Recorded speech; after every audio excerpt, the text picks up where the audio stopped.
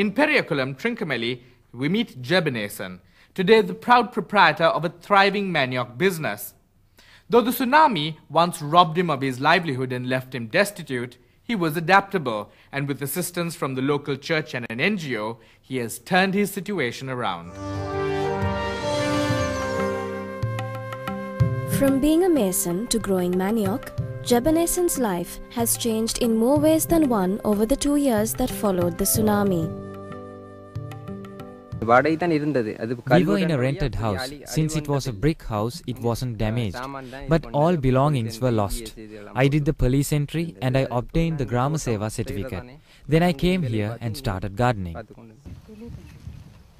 The tsunami forced him to leave his urban home in Nilavali and move to a more rural area of Periakulam. All he had was the compensation he received from the government.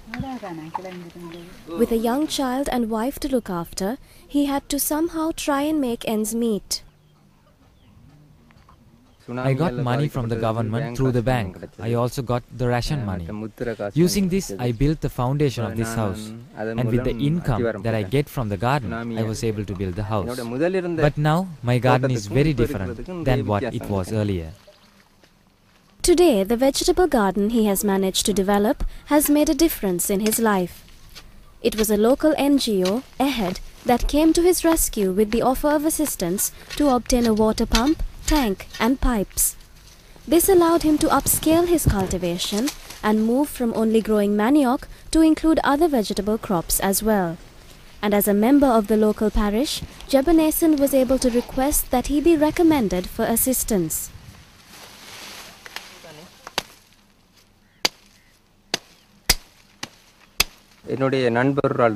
Parish priest Reverend George Disanayaka is a friend of mine. I went to ask for a job for me. He recommended me to Father Dias, and my tsunami certificates were checked.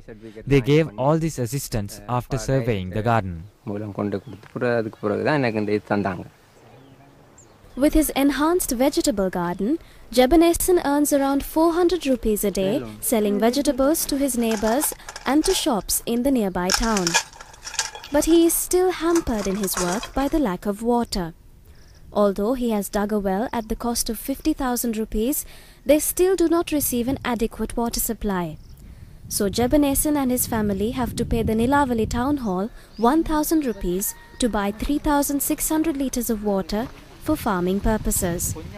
This is a problem he must deal with in the future. Although a mason by profession, Jebeneson could not carry on with this work alone, as he was too far away from the town to attract sufficient work.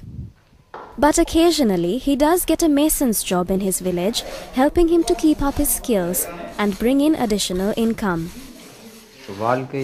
Since the cost of living has gone up, it is hard to manage alone with the vegetable income. So I still continue doing mason work.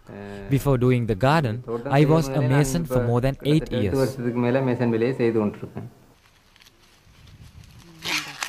Although Jebeneson is satisfied with the progress he is making at present, he feels uncertain about the future due to the tension that prevails in the area. We are scared all the time. After trying so much and with all this effort, we have now come to a better stand. And at this time of war, we are worried when we would have to run. We did this with a lot of difficulty. We are worried to leave all this.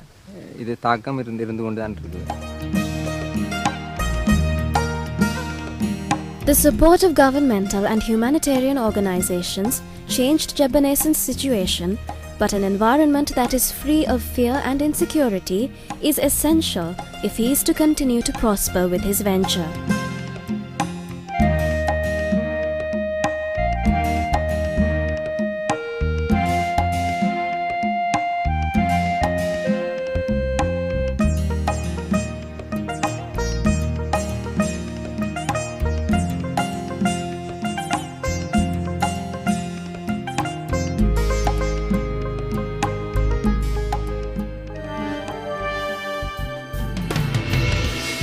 This is Coastal Rising.